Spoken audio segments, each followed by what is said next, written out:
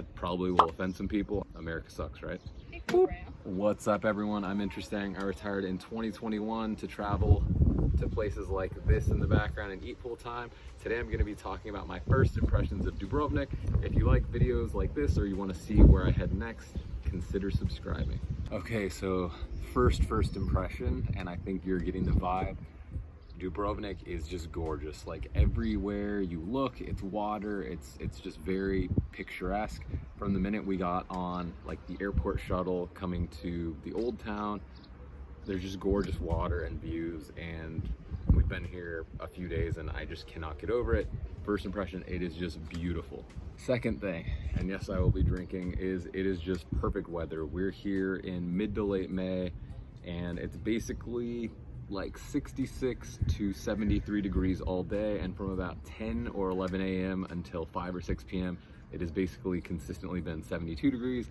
I think that is 22 degrees Celsius for all you normal folks out there, but it's just been super nice. It's not humid, it's sunny, it's comfortable. Like if I get up really early to have a cup of coffee, like on the terrace, I'll need a sweater. Otherwise it's shorts and a t-shirt. The only thing that's not perfect is my skin is not acclimated to the sun, so I need to hide in the shade. Otherwise 73 or 73 degree weather is just absolutely perfect, and it's been nothing but blue skies and sunny weather. Today's a little windy, but you can't have it all. Yunji wants me to let y'all know this is beer and not white wine. We're trying to reduce the amount of dishes because we will be moving to white wine next. So third thing that hit me, and I guess it has to do with beer and white wine, Dubrovnik is expensive. And this is coming from someone who, I guess we kind of live in California part of the year, so I'm not just comparing this to Mexico. Yes, it's more expensive than Mexico, but it's almost expensive as like San Francisco or LA. And I'll do a standalone video on like cost of living, or like how much our trip costs and how much basic goods cost. But to give you an idea, lunch items will be anywhere from like $15 to $20 for an entree. A beer will be like $7, $8, $9. A cocktail will be $15+. So it's just, things are expensive. Even at the corner store, to get just a single beer is like $1.50, which maybe in America that's normal. I don't know, because I would buy like a 6-pack for $10, but to get just like a light beer, this was like $1.50. Yes, this is half a liter, so that's good, but it is expensive, and it is a reality that has not been escapable. We're heading to Montenegro next, where I expect prices to come down by like 20 to 30%. But yes, Dubrovnik, very expensive. If you want more information on prices, I will do another video on that. The next thing, and I've struggled to figure out how to say this, but I think people here are very friendly. I think they come off initially as stoic, but if you get past that first layer of just like pleasantries and small talk, I think people are very, very friendly here. A good example is we went to this bar and it was like almost robotic, asking for like a menu, asking if they have things, this and that.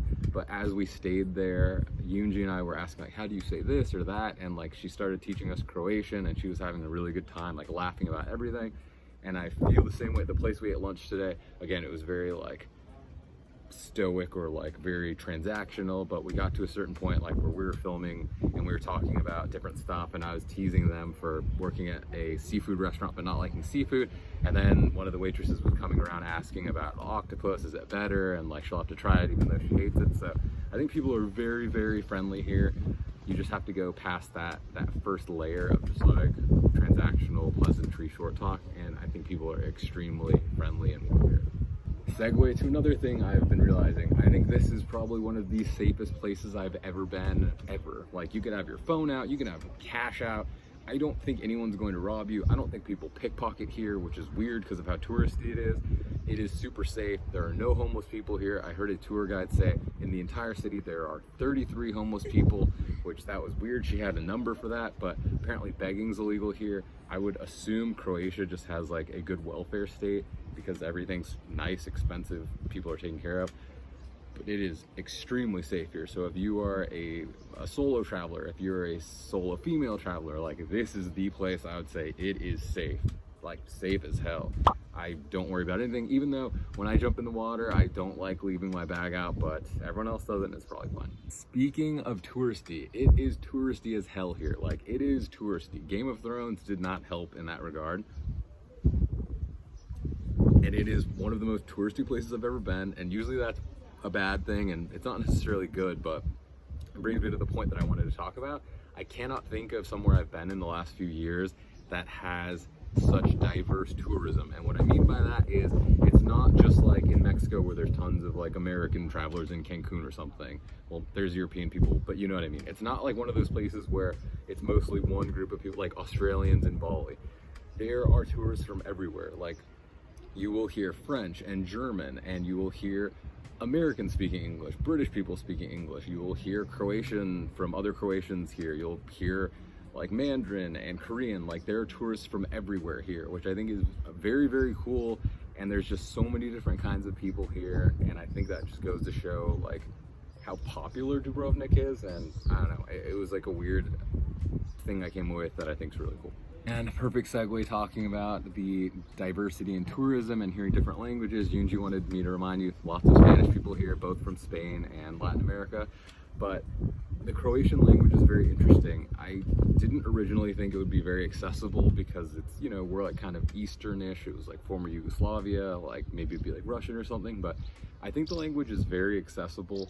Their alphabet is different in that there are a few extra characters like C's and S's and Z's with the little V on top, but I think the alphabet makes sense, the pronunciation makes sense.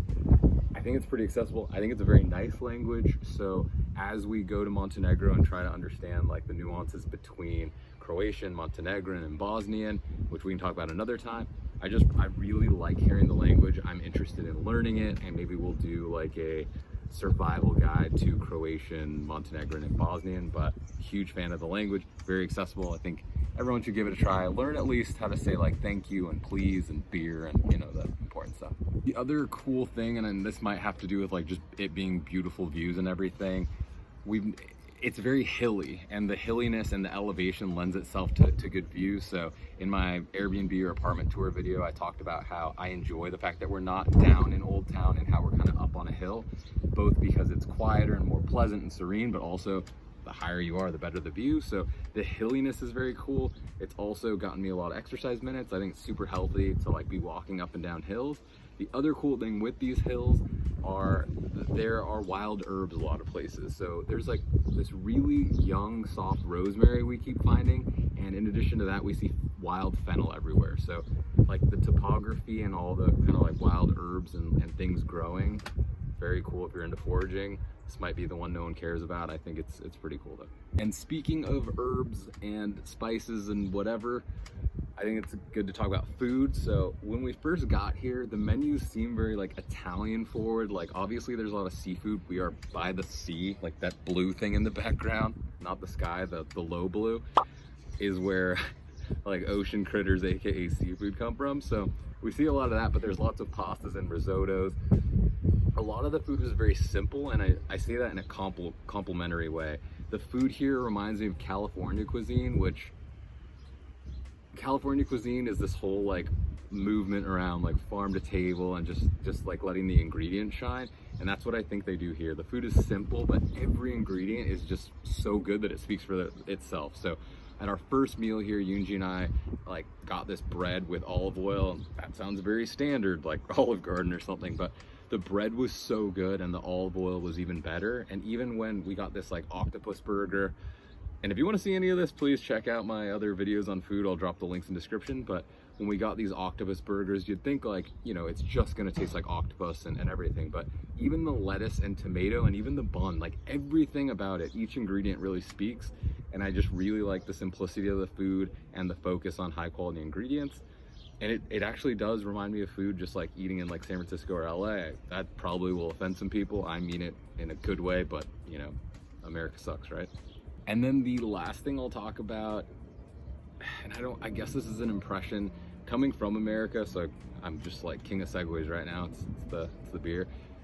Everything is like newer, whereas you come to Europe and you have these places that were like medieval fortresses. So the small narrow alleyways, the old town with like the castle-y or like the city walls and the ports, it is so cool.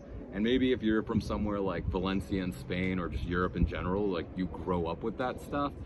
I grew up with track homes in like suburbia, so we don't have narrow alleys, and if you're by an alley, there's gonna be like a cat in its sketch or something.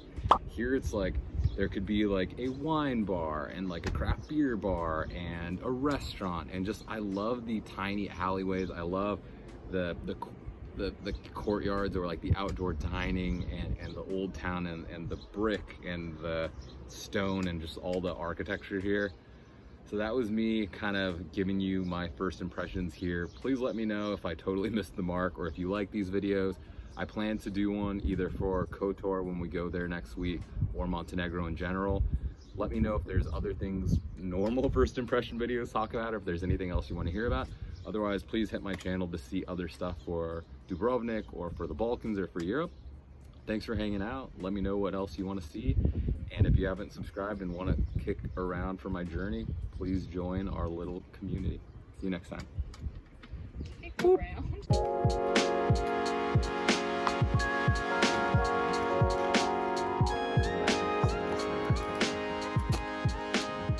Okay, do you want to move?